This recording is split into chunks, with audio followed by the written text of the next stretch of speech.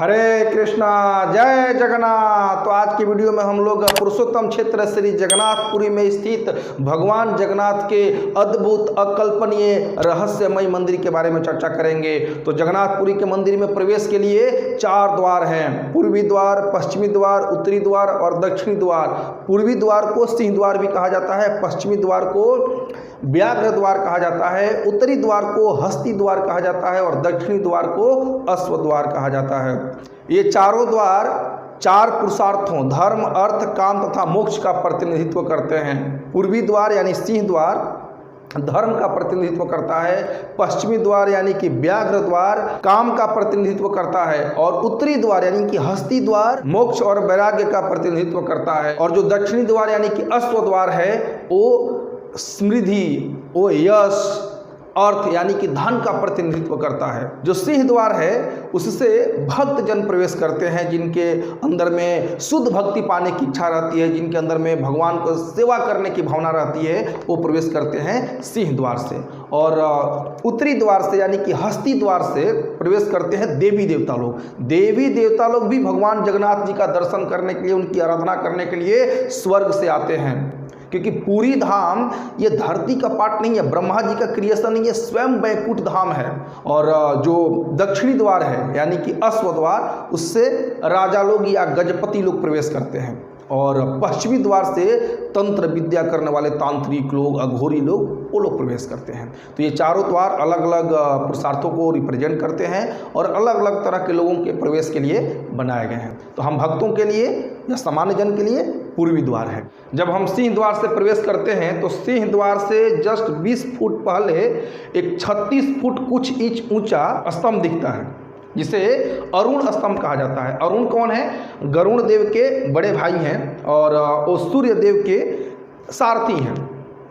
तो ये अरुण स्तंभ वास्तव में पहले कोणार्क मंदिर में था। जब अरुण स्तंभ को पार करके हम जाते हैं, सिंह द्वार पे पहुंचते हैं, तो वहाँ पे 2 बड़े बड़े शेर हैं और उनके ऊपर में जय विजय है। और जय विजय भी यहाँ पे बड़े अद्भुत रूप में हैं। जैसे जो भगवान का वैकुंठ धाम है और वहाँ पे जो उनके द्वारपाल जय विजय हैं, उनके भी चतुर्भुज रूप हैं और वो अपनी भुजाओं में शंख, चक्र, गदा और पुष्प धारण किए रहते हैं। लेकिन जो सिंह द्वार पे जय विजय है, आप ध्यानपूर्वक देखिएगा तो वो शंख, चक्र, गदा और चौथा जप माला धारण किए हुए हैं। यानी वो भक्तों को संदेश देते हैं कि हमें प्रवेश करना चाहिए भगवान के नाम का जप करते हुए। भगवान की शुद्ध भक्ति की इच्छा रख करके हमें जगन्नाथ जी की दर्शन करनी चाहिए, उनकी भक्ति के लिए हमें उनसे प्रार्थना करनी चाहिए।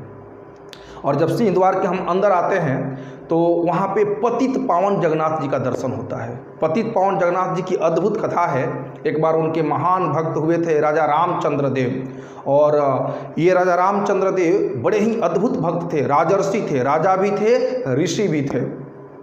और उस समय लोग बार बार आक्रमण करना चाह रहा था जगन्नाथपुरी पे। उड़ीसा का क्षेत्र है, उस एरिया का सूबेदार हुआ करता था ताकी खान। और ताकी खान की बुरी नज़र रहती थी हमेशा। और ये जो राजा रामचंद्र देव थे, ये धर्म के रक्षक थे, भक्तों के, पंडों के रक्षक थे। और इन्होंने ही ये इतना बड़ा जो चक्र दिखता है जगन्नाथ मंदिर के ऊपर में, उसको, उस चक्र की स्थापना की थी। और इनके नाम पे हर एकादशी के दिन वहाँ दीपक जलाया जाता था ताकि भगवान जगन्नाथ जी रामचंद्र देव की रक्षा करें। लेकिन ये जो ताकी खान था, एक बार खुर्दा में जब राजा रामचंद्र देव जी अपने महल में थे तो इसने अचानक आक्रमण किया और उनको बंदी बना लिया। यानी कि राजा रामचंद्र देव को ताकी खान बंदी बना लिया।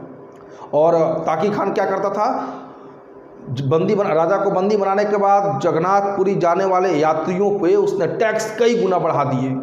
गो हत्या में लिप्त रहता था, मतलब जितने भी अधर्म के काम है आप सब जानते हैं वो लोग क्या करते हैं, इसमें वो लिप्त था। तो फिर रामचंद्र देव के सामने उसने एक शर्त रखी। वो कहा कि अगर आप इस्लाम धर्म को स्वीकार कर लेते हैं और मेरी बहन रिजिया के साथ आप निकाह कर लेते हैं तो फिर मैं आपको मुक्त कर दूंगा। तो राजा तो पक्के भक्त थे जगन्नाथ जी के, तो उन्होंने कहा कि नहीं, ये हमें स्वीकार नहीं है। तो फिर उसने दूसरा कंडीशन बताया, अगर आपने ये शर्त स्वीकार नहीं किया तो मैं पंडों को, पुजारियों को मार दूंगा, उनका वध कर दूंगा और मंदिर को तहस नहस कर दूंगा। तो भक्तों की रक्षा के लिए, मंदिर की रक्षा के लिए रामचंद्र देव ने रिजिया से विवाह करना, उससे निकाह करना स्वीकार कर लिया और वो मुस्लिम बन गए, इस्लाम को स्वीकार करना पड़ा। अब ये बात जब आग की तरफ फैल गई तो जो हिंदू धर्म वाले लोग थे या कहें कि जो पंडे पुजारी थे वो बड़े नाराज हुए राजा से। लेकिन समझना चाहिए हमें कि इसके पीछे उनका भाव था उन पंडों की, पुजारियों की रक्षा करना, मंदिर की रक्षा करना। और जब वो अपने राज्य खुर्दा वापस आए तो उनके ही लोग उनसे बात नहीं करते थे, उनके मित्रगण उनको त्याग दिए, सब कोई त्याग दिया उनको, सब कोई उनका साथ छोड़ दिया। लेकिन इस बकलोल ने राजा रामचंद्र देव को बंदी बना करके उनको मुसलमान बना दिया। और इस कारण से राजा रामचंद्र देव को भी मंदिर में प्रवेश नहीं करने दिया जा रहा था पंडों द्वारा। अब राजा बड़े दुखी हो गए, उनको जगन्नाथ जी का दर्शन नहीं हो रहा था। रात में आकर के राजा रोते थे जगन्नाथ जी के द्वार पे और उनसे प्रार्थना करते थे, उनकी स्तुति करते थे। अब ऐसा हुआ कि एक दिन जगन्नाथ जी अपना गर्भगृह से, अपने आसन से, सिंहासन से उतर करके द्वार पे आ गए, सिंह द्वार पे आ गए। और सिंह द्वार पर आकर के उन्होंने राजा को सांत्वना दी, राजा से बात की, तब जाकर राजा का दुख कम हुआ। और राजा प्रार्थना करे कि प्रभु आपको तो पता है ना कि हम किस मजबूरी में, क्या सोच करके इस्लाम को कबूल किया है, क्या सोच करके रिजिया से शादी किया है। रिजिया को स्पर्श भी नहीं कर रहे थे राजा रामचंद्र देव, लेकिन उसने बताया कि उसकी माँ भी पहले हिंदू थी, जबरदस्ती उसको मुस्लिम बना दिया गया था। तब जाकर के रिजिया को स्वीकार किए थे। तो जगन्नाथ जी बोले कोई बात नहीं, मैं आपको दर्शन दूंगा आकर के। अब जब मंदिर का पुजारी, मेन पुजारी जब अगले दिन मंदिर में प्रवेश किए, गर्भगृह में प्रवेश किए, तो देखे कि जगन्नाथ जी का गहने वहने ये सब इधर उधर बिखरा पड़ा हुआ है।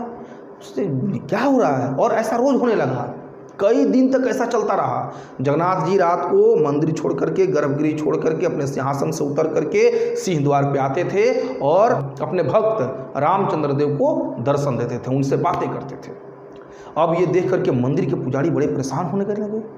फिर उन्होंने जगन्नाथ जी से प्रार्थना की कि प्रभु ये कैसी लीला है आपकी। तो भगवान जगन्नाथ जी ने उनको बताया, सपने में बताया कि देखिए मेरा एक भक्त है राजा रामचंद्र देव, और आप लोग उसको मंदिर में प्रवेश नहीं करने देते हो, तो मैं क्या करता हूँ कि मैं खुद मंदिर से बाहर चला जाता हूँ। इसलिए आप लोग क्या कीजिए कि एक मेरा और विग्रह बनाइए और मंदिर के द्वार पे उसको स्थापित कर दीजिए, सिंह द्वार पे, ताकि जो लोग मंदिर में प्रवेश नहीं कर पाते हैं मेरे दर्शन के लिए, उस सिंह द्वार से मेरे पतित पावन रूप का दर्शन कर सकें, जगन्नाथ रूप का दर्शन कर सकें। और उनको वही फायदा मिलेगा जो गर्भगृह में मुझे दर्शन करने का फायदा मिलता है। तब से भगवान जगन्नाथ जी वहाँ पे पतित पावन के रूप में विराजमान है। पतित पावन जगन्नाथ भगवान की जय। क्योंकि रामचंद्र देव तथाकथित रूप से पतित हो गए थे, तो उनका उद्धार करने के लिए भगवान अपने गर्भगृह, अपने सिंहासन को छोड़ करके सिंह द्वार तक आ गए। तो ये है अद्भुत लीला है भगवान की अपने भक्तों के साथ। एक्चुअली में भगवान हम सबके सुहृद मित्र हैं, मतलब हम सबके सबसे बड़े वेल विशर हैं, सबसे बड़े मित्र हैं। सुहृदम सर्वभूतानाम, सभी जीवों के सुहृद मित्र हैं परम भगवान। तो जगन्नाथ जी सभी जीवों के सुहृद मित्र हैं, और जो कोई भी उनको दिल से पुकारता है, मन से पुकारता है, जगन्नाथ जी उसकी रक्षा, उस पर कृपा अवश्य करते हैं। तो ये राजा रामचंद्र देव जी की कहानी थी और पतित पावन जगन्नाथ की कहानी थी। तो जैसे हम मंदिर में एंटर करते हैं तो पतित पावन जगन्नाथ जी का दर्शन होता है। फिर जब उसके आगे बढ़ते हैं तो 22 सीढ़ियाँ चढ़नी पड़ती है और जगन्नाथ जी के मंदिर में प्रवेश जाने के लिए। तो 1-2 सीढ़ी के बाद जब देखते हैं तो एक काला पत्थर वहाँ पे दिखाई देगा सीढ़ियों के बीच में, है ना, सीढ़ी में एक काला सीढ़ी दिखाई देगा, और ये है यमशिला।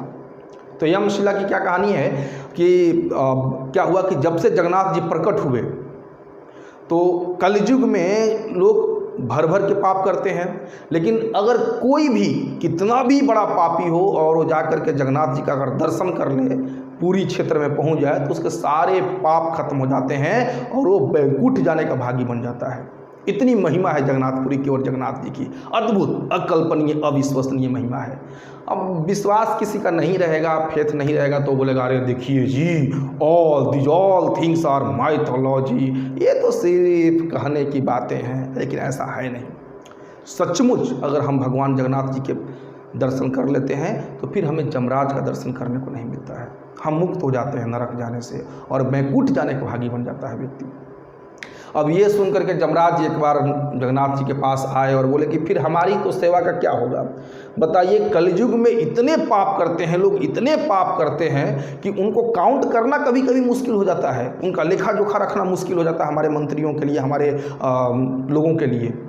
लेकिन अब ये क्या, अब इतना भारी पाप करके ये लोग आए और आपका दर्शन किए और सारे पाप खत्म, बैकुंठ जाने के भागी बन गए। तो फिर मेरी सेवा का क्या मतलब रहा प्रभु?